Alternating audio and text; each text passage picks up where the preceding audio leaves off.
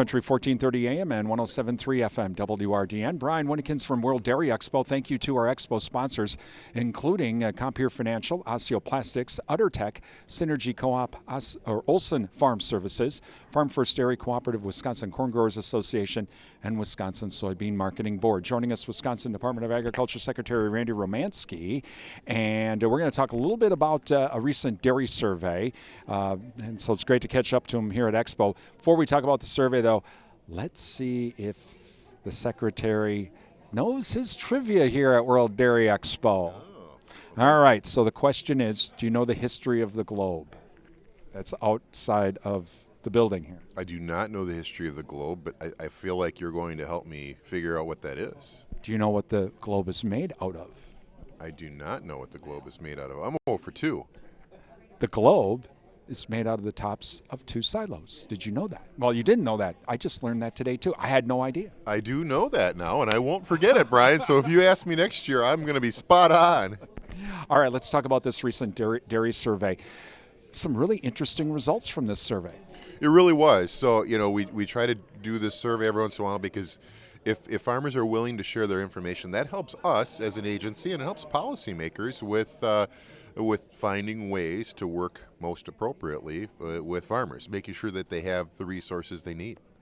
And, I think a lot of folks say they're always concerned, corporate agriculture, but again, the results are showing from the survey that family dairies is still the rule. It really is, Brian, and it's a continuation of what's made Wisconsin strong. 99% of the respondents said that they are a family-owned and operated dairy farm. And that's consistent with Wisconsin's history.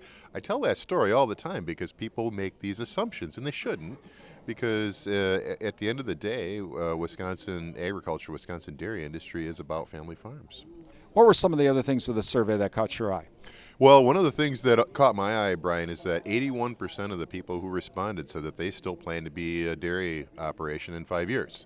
And that tells us that they're feeling good about how their operation is running, feeling good about their opportunities, and that's a positive. So that's one that I like to make sure we tease out because that's a really forward-looking approach and pretty positive response. I don't think the survey really talked about it, but the beef on dairy, that's really starting to kind of take off, and another opportunity for dairy farmers. But is that something that's one of the reasons why they want to stay in dairy? Because we're kind of discovering another revenue stream. It's all about value added, Brian, and we've been seeing this because, I like to say that farmers adapt. You probably heard me say that a few times, but this is just another way for farmers to adapt. Beef on dairy is becoming more common. I see it or hear about it when I'm visiting more farms. Clearly here at the World Dairy Expo, that is a big topic. Wisconsin is a powerhouse when it comes to its genetics, and the rest of the world is aware of that. So it's great when we host delegations, as we're doing now from other countries, that we make sure that in addition to connecting them with equipment and research and technology and animal care, that they're having that conversation about genetics. Wisconsin genetics is known worldwide.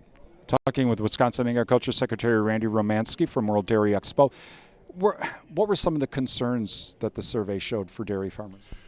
Labor has come up, and that's something that's come up in the past. There's always some concerns about regulation, and that's something that we kind of expected to see. But our goal in this is, and DACIP is a partly regulatory agency, but we educate while we regulate, and we work pretty closely with the industry. As we look forward, we'll just keep looking for ways to be good partners because the agriculture industry is a $104.8 billion industry in Wisconsin, and we regulate it, but we also advocate and serve as a resource.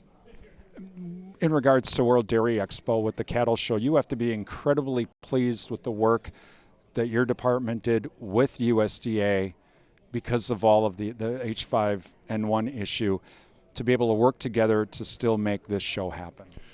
Yeah, really, really proud of our animal health team, Dr. Darlene Conkle and her small but mighty group in the Division of Animal Health, because they are small but mighty. The things that they are able to do with the few number of people they have is really remarkable.